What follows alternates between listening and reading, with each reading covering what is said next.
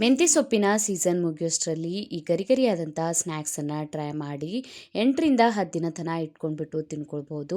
ತುಂಬಾ ಕ್ರಿಸ್ಪಿಯಾಗಿ ಬರುತ್ತೆ. ಹಾಯ್ ನಮಸ್ಕಾರ ಎಲ್ಲರಿಗೂ, ವೆಲ್ಕಮ್ ಟು ಮೈ ಚಾನಲನ್ನು ಹೊಸದಾಗಿ ನೋಡ್ತಾ ಇದ್ದರೆ ಚಾನಲನ್ನು ಸಬ್ಸ್ಕ್ರೈಬ್ ಮಾಡ್ಕೊಳ್ಳಿ. ಮಾಡೋದಕ್ಕೆ ಇಲ್ಲಿ ನಾನು 1 ಕಪ್ಪಷ್ಟು ಮೆಂತ್ಯ ಸೊಪ್ಪನ್ನು ಸರಿಯಾಗಿ ವಾಶ್ ಮಾಡ್ಕೊಂಡ್ಬಿಟ್ಟು ಸ್ಟೇನರ್ಗೆ ತೆಕ್ಕೊಂಡಿದ್ದೀನಿ. ಎಕ್ಸ್ಟ್ರಾ ನೀರೆಲ್ಲ ಹೋಗಿಬಿಡುತ್ತೆ. ಇದನ್ನು ಆದಷ್ಟು ಈ ರೀತಿ ಸಣ್ಣವಾಗಿ ಕಟ್ ಮಾಡ್ಕೊಳ್ಳಿ. ಈಗ ಕಟ್ ಮಾಡ್ಕೊಂಡ್ಬಿಟ್ಟು ಎಷ್ಟಾಗುತ್ತೆ ಅಂತ ಮೆಜರ್ಮೆಂಟ್ ಮಾಡ್ಕೊತಾ ಇದ್ದೀನಿ. 1 ಕಪ್ಪಷ್ಟು ನಾನು ಮೆಂತ್ಯ ಸೊಪ್ಪನ್ನು ತೊಗೊಂಡಿದ್ದೀನಿ. ಇದಕ್ಕೆ ಈಗ ಪ್ಯಾನ್ಗೆ ತುಪ್ಪನ ಹಾಕ್ಕೊಂಡ್ಬಿಟ್ಟು ಮೆಂತ್ಯ ಸೊಪ್ಪನ್ನು ಸ್ವಲ್ಪ ನಾವು ಫ್ರೈ ಮಾಡ್ಕೊಳ್ಬೇಕು. ಇದರಲ್ಲಿರುವಂತಹ ನೀರಿನ ಅಂಶ ಎಲ್ಲ ಸ್ವಲ್ಪ ಡ್ರೈ ಆಗಿಬಿಡುತ್ತೆ.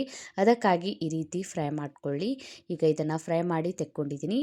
ಈಗ ಹಿಟ್ಟನ್ನು ನಾದೋದಕ್ಕೆ ಒಂದು ಬೌಲಿಗೆ 2 ಕಪ್ಪಷ್ಟು ಗೋಧಿ ಹಿಟ್ಟನ್ನು ತೊಗೊಂಡಿದ್ದೀನಿ. ಇದಕ್ಕೆ ಒಂದು 4 ಟೇಬಲ್ ಸ್ಪೂನಷ್ಟು ನಾನು ಸಣ್ಣ ರವೆಯನ್ನು ಹಾಕ್ಕೊಂಡಿದ್ದೀನಿ. 2 ಟೇಬಲ್ ಸ್ಪೂನಷ್ಟು ಕಡಲೆ ಹಿಟ್ಟನ್ನು ಹಾಕ್ಕೊಳ್ಳಿ, ಗರಿ ಗರಿಯಾಗಿ ಬರುತ್ತೆ. 1 ಟೇಬಲ್ ಸ್ಪೂನಷ್ಟು ಬಿಳಿ ಎಳ್ಳು, 1 ಟೇಬಲ್ ಸ್ಪೂನಷ್ಟು ಅಜ್ವೈನನ್ನು ಹಾಕ್ಕೊಂಡಿದ್ದೀನಿ. 1 ಟೇಬಲ್ ಸ್ಪೂನಷ್ಟು ಜೀರಿಗೆ, 1 ಟೇಬಲ್ ಸ್ಪೂನಷ್ಟು ಚಿಲ್ಲಿ ಫ್ಲೇಕ್ಸನ್ನು ಹಾಕ್ಕೊಳ್ಳಿ. ಅರ್ಧ ಟೇಬಲ್ ಸ್ಪೂನಷ್ಟು ಖಾರದ ಪುಡಿ, ರುಚಿಗೆ ತಕ್ಕಷ್ಟು ಉಪ್ಪು, ಅರ್ಧ ಟೇಬಲ್ ಸ್ಪೂನಷ್ಟು ಅರಿಶಿಣದ ಪುಡಿನ ಹಾಕ್ಕೊಂಡಿದ್ದೀನಿ. ಫ್ರೈ ಮಾಡ್ಕೊಂಡಿರುವಂತಹ ಮೆಂತ್ಯ ಸೊಪ್ಪನ್ನು ಹಾಕ್ಕೊಳ್ಳಿ. ಇದಕ್ಕೆ ಈಗ 1 ಟೇಬಲ್ ಸ್ಪೂನಷ್ಟು ತುಪ್ಪನ ಹಾಕ್ಕೊಂಡ್ಬಿಟ್ಟು ಸರಿಯಾಗಿ ಮೊದಲು ಮಸಾಲೆಯನ್ನು ಹಿಟ್ಟಿನೊಳಗೆ ಮಿಕ್ಸ್ ಮಾಡ್ಕೊಳ್ಳಿ. ಈಗ ಮಿಕ್ಸ್ ಮಾಡ್ಕೊಂಡ್ಬಿಟ್ಟು ಸ್ವಲ್ಪ ಸ್ವಲ್ಪ ನೀರನ್ನು ಹಾಕ್ಕೋತಾ ಹಿಟ್ಟನ್ನು ನಾದ್ಕೊಳ್ಳಿ. ನಾನು ಈ ಹಿಟ್ಟನ್ನು ನಾದೋದಕ್ಕೆ ಅರ್ಧ ಕಪ್ಪಷ್ಟು ನೀರನ್ನು ಬಳಸಿದ್ದೀನಿ. ನೀರು ಕಡಿಮೆ ಜಾಸ್ತಿ ನಿಮಗೆ ಹತ್ಬೋದು. ಸಾಫ್ಟಾಗಿ ನಾದ್ಕೊಳ್ಳಿ. ರವೆ ಹಾಕಿರೋದ್ರಿಂದ ನೀರನ್ನು ಅಬ್ಸಾರ್ಬ್ ಮಾಡ್ಕೊಳ್ಳುತ್ತೆ. ಈಗ ಹಿಟ್ಟನ್ನು ನಾದ್ಕೊಂಡ್ಬಿಟ್ಟು ಒಂದು 10ರಿಂದ 15 ನಿಮಿಷ ನೆನೆಯೋದಕ್ಕೆ ಬಿಡಿ. ಅಷ್ಟರಲ್ಲಿ ಈಗ ನಾನು 2 ಟೇಬಲ್ ಸ್ಪೂನಷ್ಟು ಕಾರ್ನ್ಫ್ಲವರ್ ಮತ್ತು 2 ಟೇಬಲ್ ಸ್ಪೂನಷ್ಟು ತುಪ್ಪನ ಹಾಕ್ಕೊಂಡ್ಬಿಟ್ಟು ಈ ಥರ ಕ್ರೀಮನ್ನು ರೆಡಿ ಮಾಡ್ಕೊತಾ ಇದ್ದೀನಿ. ಸ್ವಲ್ಪನೇ ಹಾಕ್ಕೊಳ್ಳಿ, ಬೇಕಾದರೆ ಮತ್ತೆ ಇನ್ನೊಂದು ಸಲ ಮಿಕ್ಸ್ ಮಾಡಿ ಹಾಕ್ಕೊಳ್ಬೋದು. ಎಕ್ಸ್ಟ್ರಾ ಆದರೆ ಉಳಿದ್ಬಿಡುತ್ತೆ, ವೇಸ್ಟ್ ಆಗಿಬಿಡುತ್ತೆ. ಅದಕ್ಕಾಗಿ ಹಿಟ್ಟೀಗ ಸರಿಯಾಗಿ ನೆಂದಿದೆ. ಚಪಾತಿಗೆ ಎಷ್ಟು ಹಿಟ್ಟನ್ನು ತೊಗೋತೀರಾ ಅಷ್ಟು ಹಿಟ್ಟನ್ನು ತೊಗೊಂಡ್ಬಿಡಿ. ಈಗ ಸ್ವಲ್ಪ ಒಣ ಹಿಟ್ಟನ್ನು ಹಚ್ಕೊಂಡ್ಬಿಟ್ಟು ಚಪಾತಿ ಥರ ಲಟ್ಟಾಸ್ಕೊಳ್ಬೇಕು. ಜಾಸ್ತಿ ದಪ್ಪನೂ ಬೇಡ, ಜಾಸ್ತಿ ತೆಳುವಾಗಿನೂ ಬೇಡ. ಈ ರೀತಿ ಚಪಾತಿಯನ್ನು ಲಟ್ಟಾಸ್ಕೊಂಡ್ಬಿಟ್ಟು ನೀವು ನೋಡ್ಬೋದು ಎಷ್ಟು ತೆಳುವಾಗಿದೆ ಅಂತ ಚಪಾತಿ. ಇದ್ರ ಮೇಲೆ ಈಗ ನಾವು ರೆಡಿ ಮಾಡ್ಕೊಂಡಿರುವಂತಹ ಕ್ರೀಮನ್ನು ಹಚ್ಕೊಳ್ಳಿ. ಸ್ವಲ್ಪ ಒಣ ಹಿಟ್ಟನ್ನು ಉದುರಿಸ್ಕೊಂಡಿದ್ದೀನಿ. ಇದನ್ನು ಈ ರೀತಿ ಫೋಲ್ಡ್ ಮಾಡ್ಕೊಳ್ಳಿ.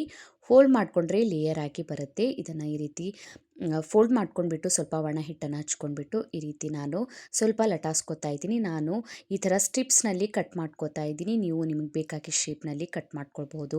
ಸ್ಕ್ವೇರ್ ಶೇಪ್ನಲ್ಲಿ ಅಥವಾ ಈ ರೀತಿಯೇ ಸ್ವಲ್ಪ ಸಣ್ಣ ರೆಕ್ಟ್ಯಾಂಗಲ್ ಶೇಪ್ನಲ್ಲಿ ಕೂಡ ಕಟ್ ಮಾಡ್ಕೊಳ್ಬೋದು. ಸ್ವಲ್ಪ ಟ್ವಿಸ್ಟ್ ಆಗಿ ಮಾಡ್ತಾ ಇದ್ದೀನಿ, ನೋಡೋದಕ್ಕೆ ಚೆನ್ನಾಗಿ ಕಾಣುತ್ತೆ ಅಂತ. ಈಗ ಸ್ನ್ಯಾಕ್ಸನ್ನು ರೆಡಿ ಮಾಡ್ಕೊಂಡಿದ್ದೀನಿ. ಈಗ ಎಣ್ಣೆಯನ್ನು ಬಿಸಿ ಮಾಡ್ಕೊಂಡ್ಬಿಟ್ಟು ಒಂದೊಂದಾಗಿ ನಾವು ರೆಡಿ ಮಾಡ್ಕೊಂಡಿರುವಂತಹ ಈ ಸ್ಟಿಕ್ಸ್ಗಳನ್ನು ಎಣ್ಣೆ ಒಳಗೆ ಹಾಕ್ಕೊಳ್ಳಿ. ನಿಧಾನವಾಗಿ ಹಾಕ್ಕೊಂಡ್ಬಿಟ್ಟು ಇದನ್ನು ಮೀಡಿಯಂ ಫ್ಲೇಮ್ನಲ್ಲಿ ಫ್ರೈ ಮಾಡ್ಕೊಳ್ಬೇಕು. ಸರಿಯಾಗಿ ಒಂದು ಕಡೆಯಿಂದ ಸೆಟ್ ಆಗಿದ್ಮೇಲೆ ಈ ರೀತಿ ಸ್ವಲ್ಪ ಮಿಕ್ಸ್ ಮಾಡ್ಕೊಳ್ಳಿ. ಲೇಯರ್ ಕೂಡ ಬಿಟ್ಕೊಡುತ್ತೆ. ನೋಡಿ, ಈ ರೀತಿ ಗೋಲ್ಡನ್ ಬ್ರೌನ್ ಕಲರ್ ಬರೋವರೆಗೂ ಫ್ರೈ ಮಾಡ್ಕೊಳ್ಳಿ, ಗರಿ ಗರಿ ಆಗೋವರೆಗೂ. ಲೇಯರ್ ಎಷ್ಟು ಸರಿಯಾಗಿ ಬಿಟ್ಟಿದೆ ಅಂತ. ಇದೇ ರೀತಿ ಎಲ್ಲ ಸ್ನ್ಯಾಕ್ಸನ್ನು ಫ್ರೈ ಮಾಡಿ ತೆಕ್ಕೊಂಡಿದ್ದೀನಿ. ತುಂಬಾ ಗರಿ ಗರಿಯಾಗಿ ಬರುತ್ತೆ ಈ ಸ್ನ್ಯಾಕ್ಸ್. ನಾನಿಲ್ಲಿ ಒಂದು ಮುರಿದು ಕೂಡ ತೋರಿಸ್ತಾ ಇದ್ದೀನಿ. ನೋಡಿ ಎಷ್ಟು ಕ್ರಿಸ್ಪಿಯಾಗಿ ಬಂದಿದೆ ಅಂತ. 8ರಿಂದ 10 ದಿನ ತನಕ ಕೆಡೋದಿಲ್ಲ. ಟ್ರೈ ಮಾಡಿ ಕಮೆಂಟ್ ಒಳಗೆ ತಿಳಿಸಿ ವಿಡಿಯೋ ಹೇಗೆ ಅನ್ನಿಸ್ತಂತ. ವಿಡಿಯೋ ಇಷ್ಟ ಆಗಿತ್ತಂದರೆ ಲೈಕ್ ಮಾಡಿ, ಶೇರ್ ಮಾಡಿ. ಇನ್ಸ್ಟಾಗ್ರಾಮ್, ಫೇಸ್ಬುಕ್ ಪೇಜಿಗೂ ಫಾಲೋ ಮಾಡ್ಕೊಳ್ಳಿ. ಲಿಂಕನ್ನು ಡಿಸ್ಕ್ರಿಪ್ಷನ್ ಬಾಕ್ಸ್ನಲ್ಲಿ ಕೊಟ್ಟಿರ್ತೀನಿ. Thank you for watching.